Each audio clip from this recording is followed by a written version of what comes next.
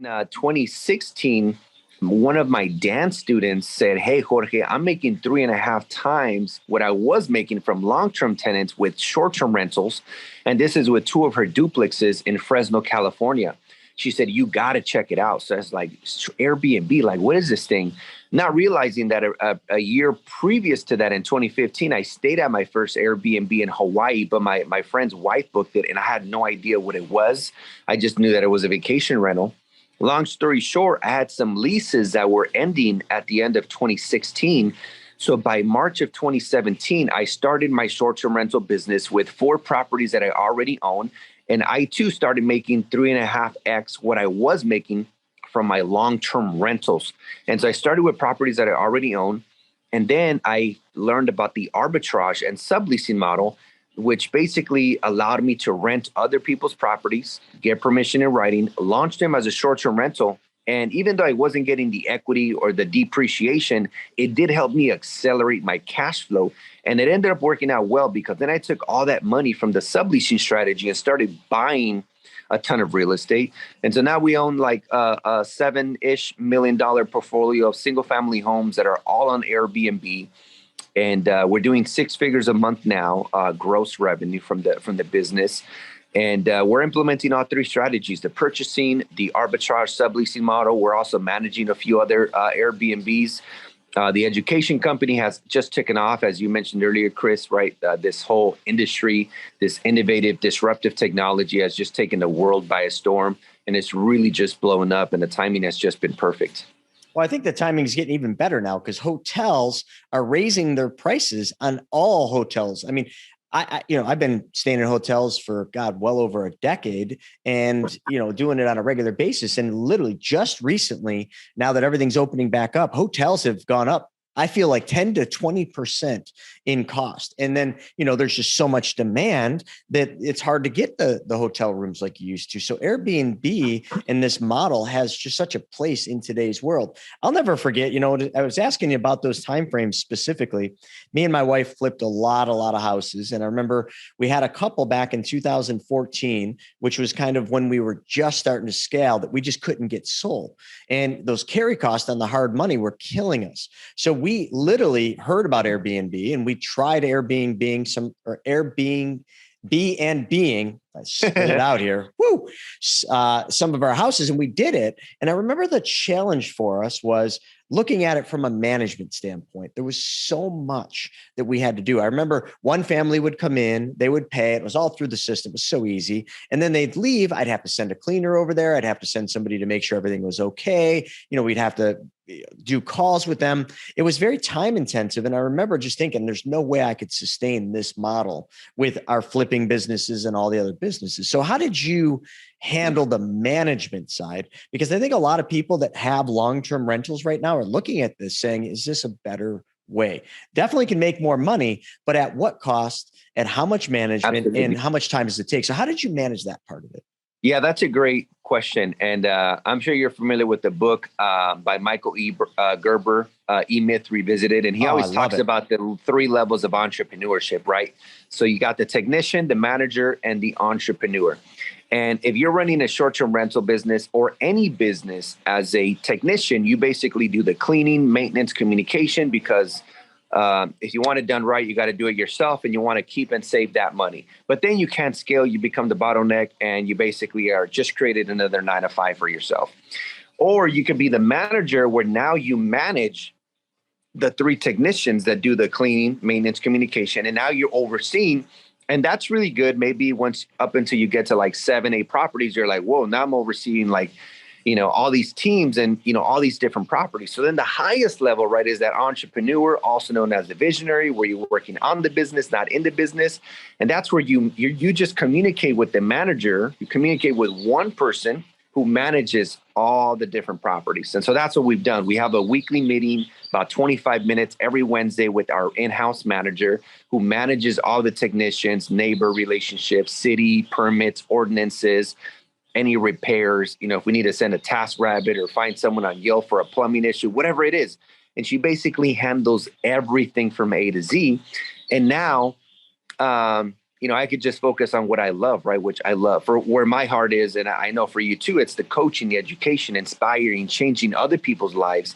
And so I fully have automated the Airbnb business, and I'm okay making, 10% less profit if I could be, 95% hands off. And that's basically the way we've done it, Chris.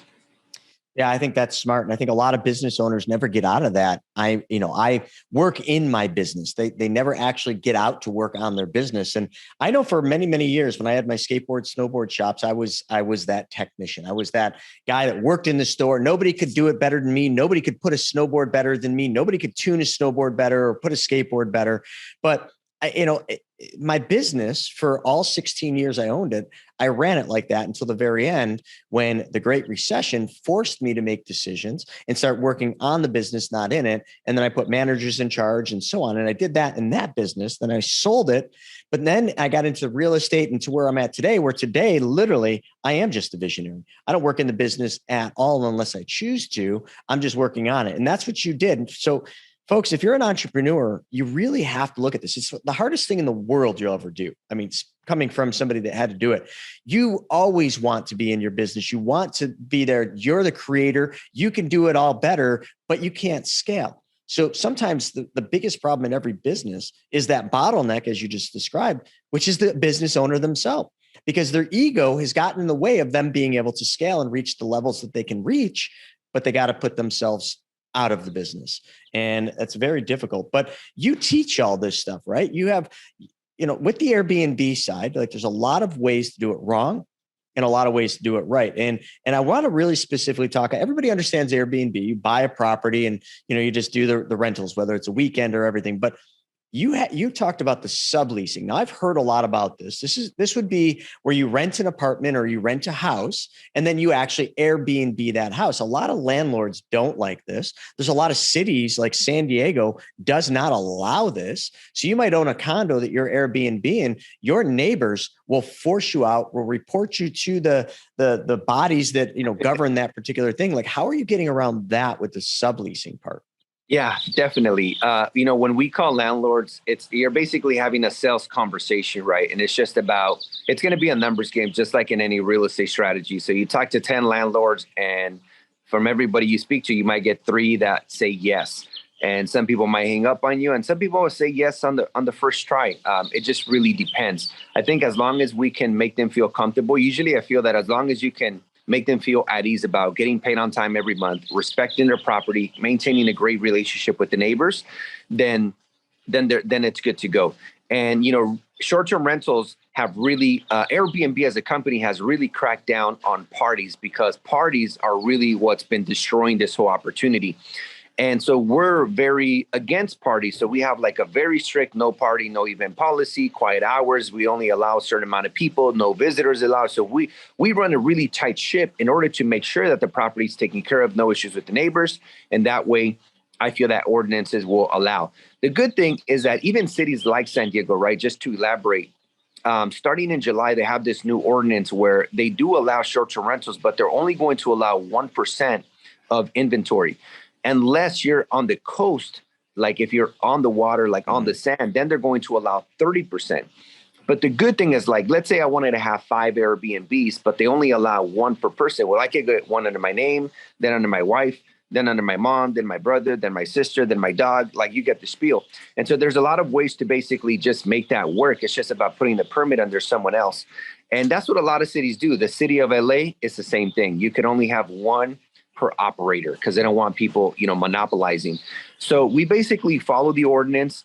Usually when we call the cities, there's 3 possibilities that you either don't need a permit and it's not regulated, which there is a lot of those, or you need a permit and then you need to follow certain rules. And then we do that, or they're just completely banned like Santa Monica, New York, or any additional ones in Anaheim, they cap the permit. So we just keep expanding until it's either you don't need a permit or you need a permit. It's a numbers game when we call the landlords. But the good thing is the landlords that we do work with, we've renewed 100% of our leases. And I've had multiple of our landlords offer to sublease other properties that they own, even the neighbors' properties. They've offered to sell properties just because once they see that we're very responsible, and if there's any minor repairs, we take care of it immediately because we want to provide a 5-star experience for the guest that checks in the same day. So we've just figured out, like, what is it that they want? How do we, make sure that we create a win-win relationship and make it all work? Yeah, no, that's really smart. And listen, folks, when you're hearing all this, I know you've heard of Airbnbs. I know you've seen, people like this that are making tons of money doing Airbnbs, but then you're probably saying, well, how do I get started with this? Because there's really the path where you buy the property and then you Airbnb it, but that's going to require some money out of pocket. Listen, the days of where you think you can buy a property, no money out of pocket, they're going to start to come to an end or get more and more difficult. I know there's a lot of gurus out there saying, oh, buy this property with no money out of pocket. It's getting harder. Private lenders, hard money lenders are getting, accustomed to not allowing that to ever happen because we are at the top of the market. There's not a whole lot more room on the upside. So just be careful with that. So you got to have some money if you're going to buy the property, but you could go out and you could find somebody that will lease you their property and make sure you have this conversation. Don't backdoor this. And I look at your face. You're like, yeah, don't do that. Don't backdoor it. And then all you're coming up with is first month's rent and security, or maybe first and last in security. Now, most of you listening to this, you have a couple $1,000 you could do that. So the smartest thing you could do in anything, I don't care if it's Airbnbs, money, or whatever else, is freaking learn. Learn how this works. Learn how the experts do it. Learn how he's doing it. I mean, how many you got?